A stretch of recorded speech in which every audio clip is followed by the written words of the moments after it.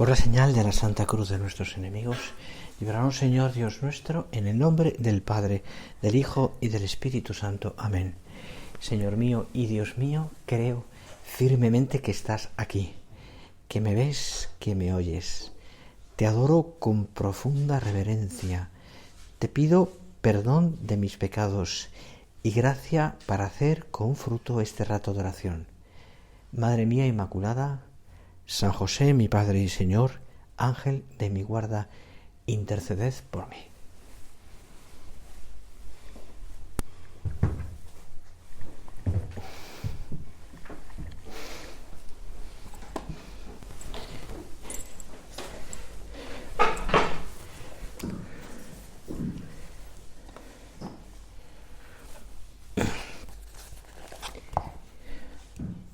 Siguiendo con la predicación de las parábolas del Señor, en esta meditación segunda y última del retiro, nos paramos a meditar la parábola de la cizaña. En aquel tiempo, es continuación de la anterior, Jesús propuso otra parábola a la gente. El reino de los cielos se parece a un hombre que sembró buena semilla, en su campo. Pero mientras la gente dormía, su enemigo fue y sembró cizaña en medio del trigo y se marchó. Se ve que era un enemigo de verdad. Cuando aprovechó que dormía para sembrar la cizaña. Cuando empezaba a verdear y se formaba la espiga, apareció también la cizaña. Entonces fueron los criados a decir al amo: Señor, ¿no sembraste buena semilla en tu campo? ¿De dónde sale la cizaña? Él les dijo: un enemigo lo ha hecho. Los criados le preguntaron: ¿quieres que vayamos a arrancarla? Pero él respondió: no, que al arrancar la cizaña podríais arrancar también el trigo. Dejadlos crecer juntos hasta la siega, y cuando llegue la siega, diré a los segadores: arrancad primero la cizaña y atad en gavillas para quemarla, y el trigo almacenadlo en mi granero. Sigue la enseñanza de Cristo con estas parábolas, que son estupendas, porque nos manifiestan el conocimiento que tenía el Señor de la vida y del trabajo de los hombres también. Ese trabajo que de los hombres que además, fijaros, además gracias a ese trabajo el Señor viene a nosotros. Del pan de trigo sale la forma con la que recibimos a Cristo, su cuerpo y su sangre.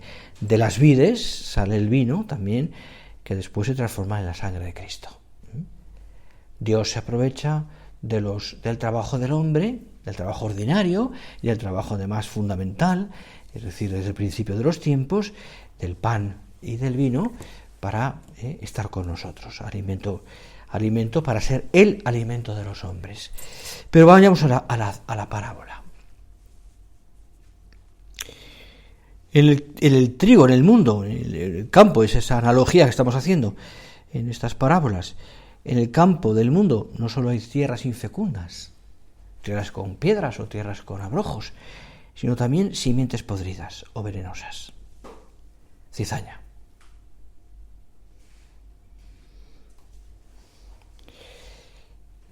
Cuando uno estudia un poco la exégesis de estas parábolas, sabe y estudia también las costumbres y las cosas que pasaban entonces, sabe que se estudia también pues que había en aquella época uno de los mayores vicios era la venganza.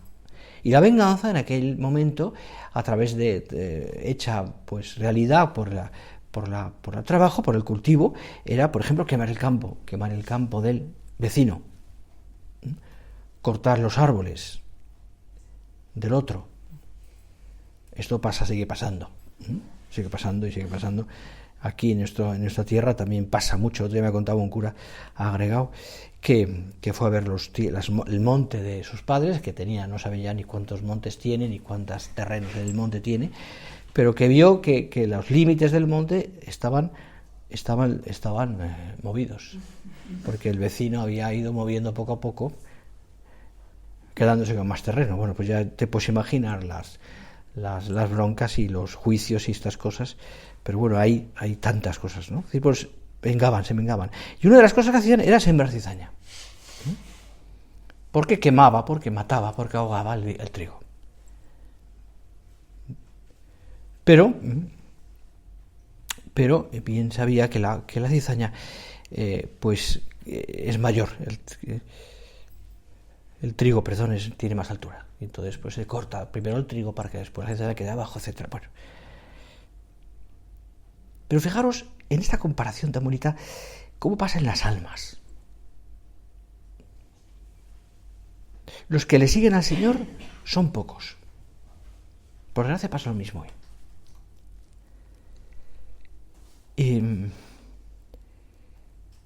Y además, esos pocos, unos pocos discípulos y 12 apóstoles, tenían también sus defectos como nosotros. Mediocridad, deseos de ser más, falta de fe. Fijaros que, de hecho, se enfadan unos con otros, ¿no? ¿Quién va a ser el mayor? O aquella aldea que no recibe la palabra del Señor, y Santiago y Juan se enfadan, hijos del trueno, Señor, que les caiga azufre y fuego sobre esas personas, ¿no? Es decir, ¿y por qué te digo esto? Porque el Señor tiene una paciencia enorme con esas personas que van a ser después las columnas de la Iglesia, los apóstoles, quienes van a llevar el reino de Dios a la gente, quienes van a predicar, ¿no? ¿Qué paciencia tiene? Ese es el estilo del Señor, como la tiene contigo y conmigo también. ¿Cuántas veces las cosas del Señor nos las dice de una manera o de otra, nos hace ver, y nosotros nos cuesta entender? Cuesta entender. Pero siempre el estilo de Dios es la paciencia, la confianza, el esperar, el saber que las almas, como buen vino, decía nuestro Padre, mejoran con el tiempo. Y a veces dejar que las cosas salgan mal, no poner impedimentos para que salgan mal, o no tengamos el fruto que esperábamos, para que después podamos recuperar. Así. Nosotros, que somos impacientes, queremos ver las cosas ya. Y la mejora de un alma, ya. Y que salga esta actividad, ya. Y que estas personas reaccionen, ya. Y no es el estilo de Dios. Es verdad que Dios puede hacer cualquier cosa en cualquier momento, y puede que un alma hacer cambio un alma, ya. Pero Dios respeta nuestra libertad. Dios deja que crezca el trigo, deja que crezca la cizaña. Después sí nos pide, trabaja, quita la cizaña. Pero espera.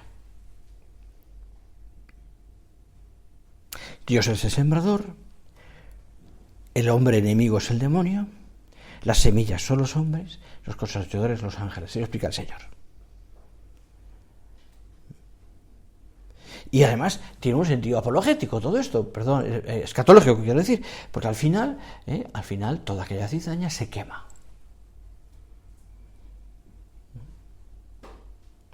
Creo que esta parábola tan bonita es una parábola que nos lleva, lógicamente, a una lección moral de vigilancia amorosa, de lucha interior y de paciencia.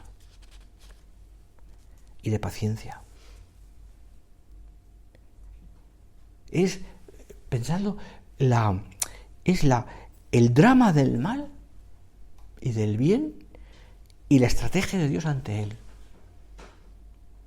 Dios ha sembrado el bien en el mundo, lo ha sembrado en tu alma.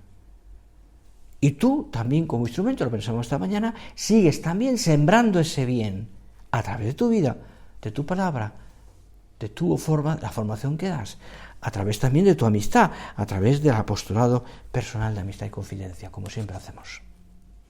Sí. Pero Dios también permite en ese juego de la libertad que haya fuerzas que hacen peligrar la cosecha. Además, nos pide a nosotros, también como causas segundas, como instrumentos de sus manos, que nosotros sepamos respetar delicadamente la libertad de las conciencias de los demás. Porque no tiramos de las almas como si fueran, no sé, como si pudiéramos tirar de ellas. No, las almas crecen. Tú y yo sembramos, rezamos, trabajamos, pero crecen ellas con la gracia de Dios. Ten paciencia siempre en la labor apostólica. No te desesperes cuando faltan los frutos, cuando no lleguen, cuando te parece que la gente no entiende, que le has dicho 1000 veces esto. Ten paciencia. A veces pasa porque no oyen, otras porque no atienden, otras porque no quieren hacerlo. Porque no quieren hacerlo, ¿no? Nosotros, decía Benedicto XVI, nosotros sufrimos por la paciencia de Dios. Y no obstante, decía, todos necesitamos su paciencia. El Dios que se ha hecho cordero nos dice que el mundo se salva por el crucificado y no por los crucificadores. El mundo es redimido por la paciencia de Dios y destruido, decía Benedicto XVI, por la impaciencia de los hombres. Por la impaciencia de los hombres. De ahí que tu actitud y la mía en estas cosas sea una vigilancia amorosa. Que sí, vigilancia. Es decir, que nos lleva a luchar, a estar atentos a lo que pasa a nuestro alrededor. Y a tratar también a través de nuestra vida de sembrar, de sanar los corazones, de ayudar a la gente, de vigilar para que no entre esa cizaña, primero en mi corazón, en primer lugar. Y eso es algo que quizás tenemos que pensar un poquito, aprovechando estos ratos de oración o de silencio. Piensa, ¿no? Es decir, ¿qué hay en mi corazón? ¿Qué cosas hay que yo puedo considerar como, pensarlo así, como cizaña en mi corazón? ¿Qué hay? Es decir, ¿qué me está separando de ti, Señor, ahora?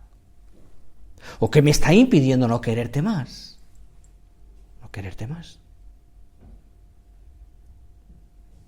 Hay que vigilar para que no entre cizaña en mi corazón.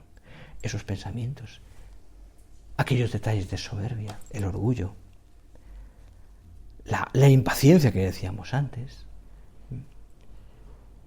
el pensar en mí mismo, el egoísmo.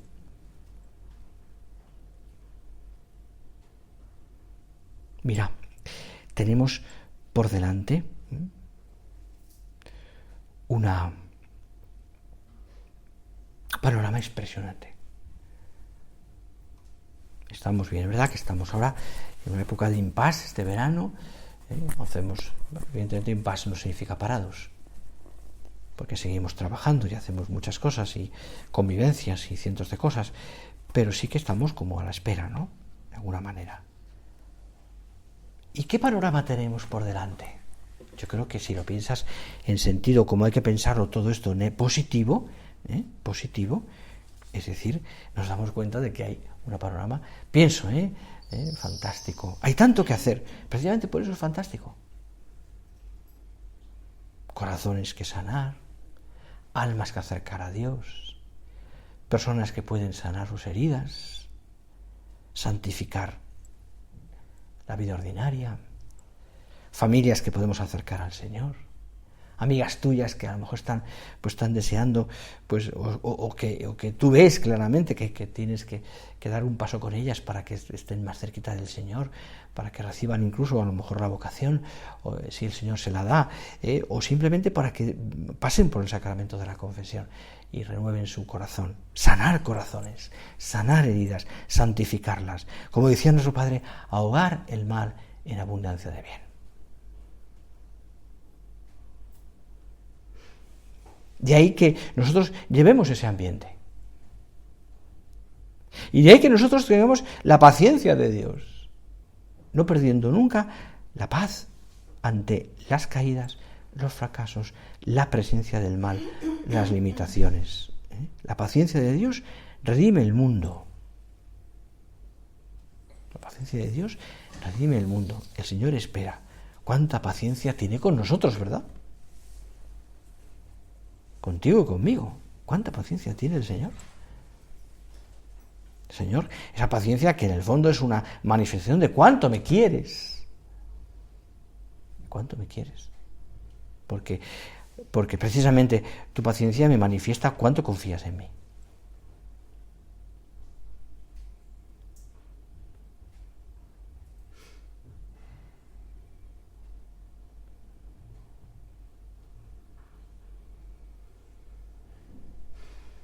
Alguien sembró la cizaña. Piensan los labradores, dicen, ¿quién sembró la cizaña?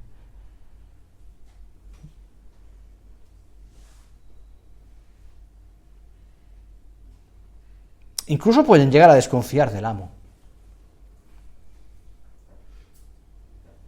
Es lo que te dice mucha gente. Ayer mismo me lo decía una persona, hace unos días. ¿Por qué hay muerte y dolor? ¿Por qué el sacrificio o la enfermedad de un inocente? ¿No dicen que Dios es bueno?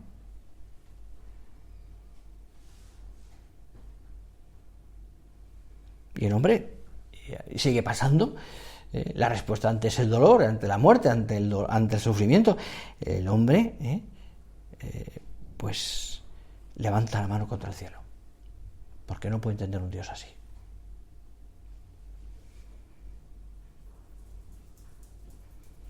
Hemos visto, tú seguramente muchas veces te has encontrado con personas que a lo mejor se han alejado de Dios porque no entendían esto. Es el eterno problema del mal y el eterno problema de la libertad, por otra parte. No es suya la cizaña, dice el amo. No es suya la cizaña. Él solo siembra el bien. Y lo hace a través de nosotros. Qué importante es, pensarlo, el buen ejemplo que demos. Con él construye Dios. Tú estás sembrando con tu ejemplo, con tu alegría, con tu paz, con tu trabajo bien hecho, con tu labor apostólica hecha, pues eso, continuamente, constantemente. Estás sembrando, y estás sembrando el bien. Convéncete. Y eso queda ahí, y eso no se pierde. Quizás tienen que pasar años para que esa alma luego responda. Bien.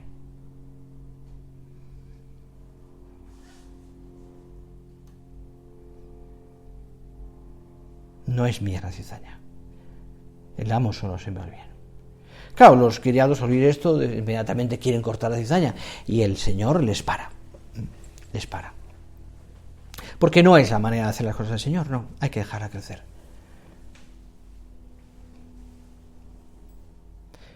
Es la estrategia, así entre comillas, donde hay paciencia y claridad. Él sabe perfectamente, el amo, que esa cizaña no es trigo. Y piensa y sabe perfectamente que muchas veces está mezclado el trigo con la cizaña en este mundo, porque es imposible separarlos.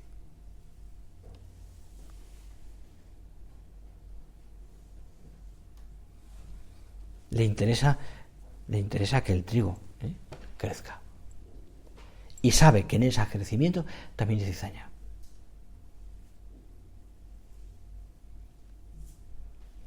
Y uno piensa, y Señor, ¿por qué hay cizaña? ¿No sería más fácil?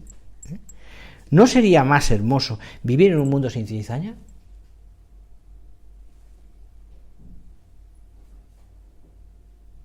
Esa es una de las tentaciones que ha tenido siempre la Iglesia, ¿no? Y los cristianos. Reunirse los puros y huir de cualquier suciedad. De quienes están, huir. Pero Dios no quiere eso. En el mundo está el mal, eso es evidente.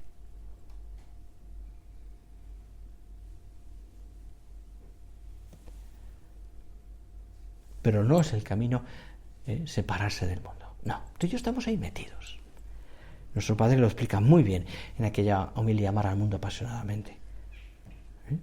No te pido que los saques del mundo, sino que los preserves del mal. Nosotros estamos metidos ahí. ¿Cuántas amigas, amigos? Gente que trabaja contigo, gente que está cerca, familias. Tienes que voy a decirlo mal, ya me entiendes. Dejan tanto que desear. Probablemente nosotros más todavía. Pero me refiero, por simplificarlo, ¿cuántas personas que tú conoces, ¿no? Pues están tan lejos de Dios? Pero tú estás ahí. Yo estoy ahí. Y ese es nuestro sitio, Y en el fondo estamos muy felices de estar alrededor de esas almas, porque nosotros también, a través de nuestra vida y con el máximo, te lo vuelvo a decir como esta mañana, como el máximo respeto a la libertad de las conciencias, nosotros a través de nuestra fe, de nuestra alegría, de nuestro ejemplo, hacemos mucho bien. Sembramos, pero estamos ahí. Y convivimos con esos, y trabajamos con esos, con esa amiga tuya que está tan cerca de Dios, con esa otra que no sé cuánto, con esa familia que sabes que, con aquellos almas que... No. Tú me quieres, Señor, ahí.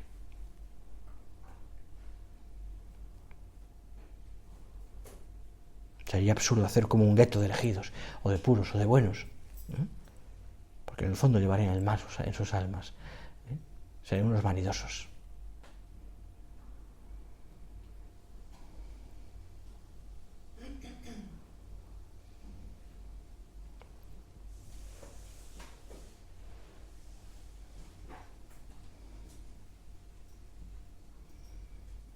Además, resulta que a veces es difícil distinguir entre unos y otros. Por eso hay que esperar.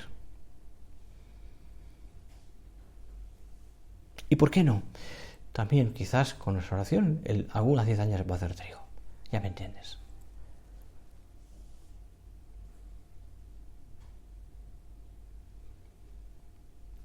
En todo esto, ¿Dios qué hace? ¿Qué hace?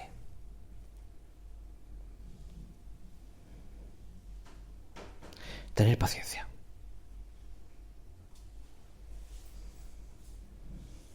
La esperanza de que el mal se pueda convertir en bien, lo que te decía antes. ¿Por qué no? ¿Por qué no? Y eso sí que lo hemos visto muchas veces. Muchas veces. Que el mal se convierte en bien.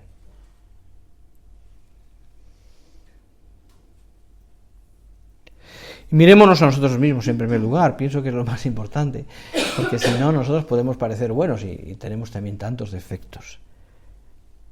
Mírate también a tu conciencia, a ti misma.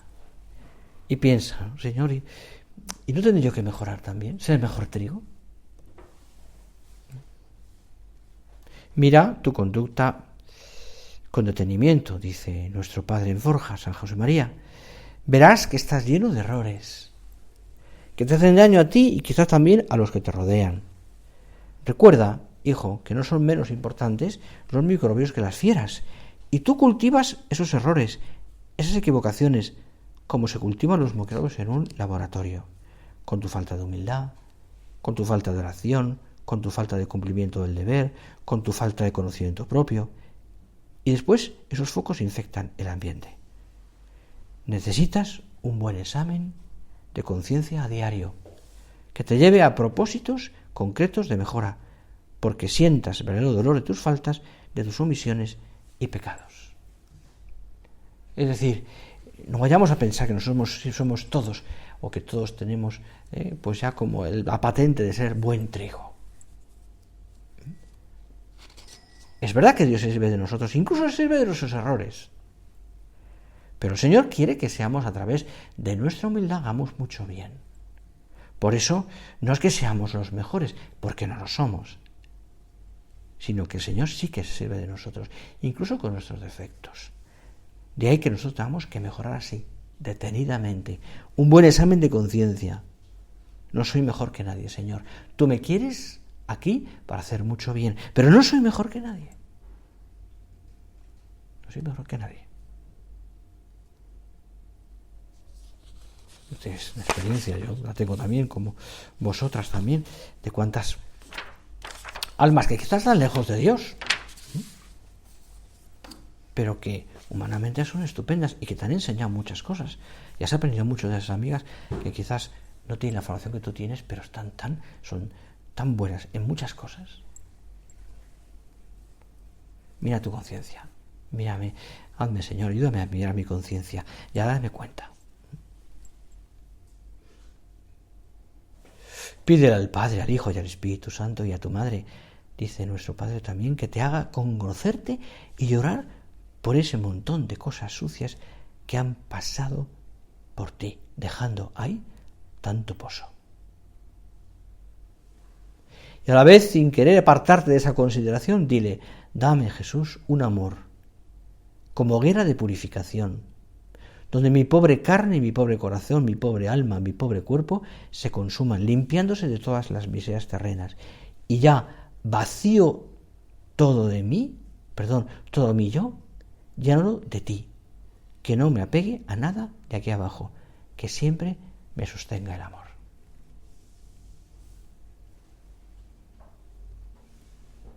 Que siempre me sostenga el amor.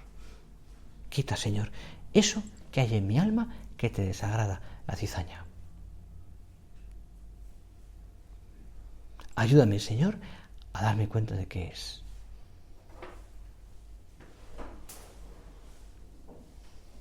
¿Qué es importante en todo esto? Evidentemente el darnos cuenta, el examen de conciencia, y es importante también el dolor de amor. El dolor de amor. ¿Te acuerdas lo que le dice el Señor a aquella mujer?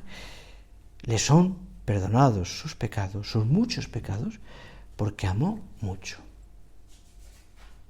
Y así la cizaña se puede convertir en trigo bueno. ¿Y cuál es el camino?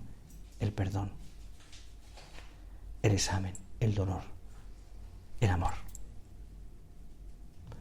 Le son perdonados muchos pecados porque amó mucho. Cuánta gente buena tenemos a nuestro alrededor que puede ir por este camino, el camino del dolor del amor, el camino de la contrición, el camino de la conversión personal, porque Dios les quiere mucho. Dios les quiere mucho. Vamos a terminar ya este ratito de oración mirando a nuestra Madre Santa María. Ojalá que a través de sus ojos misericordiosos nosotros también seamos capaces de ver a los demás así, como ella,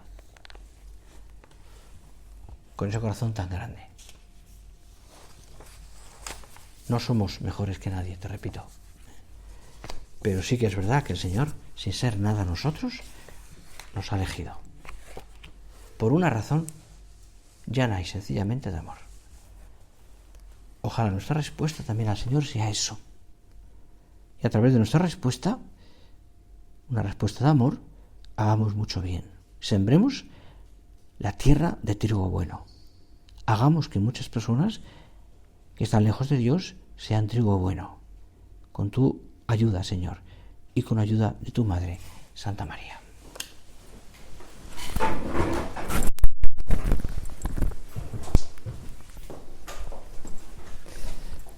Te doy gracias, Dios mío, por los buenos propósitos, afectos e inspiraciones que me has comunicado en esta meditación. Te pido ayuda para ponerlos por obra.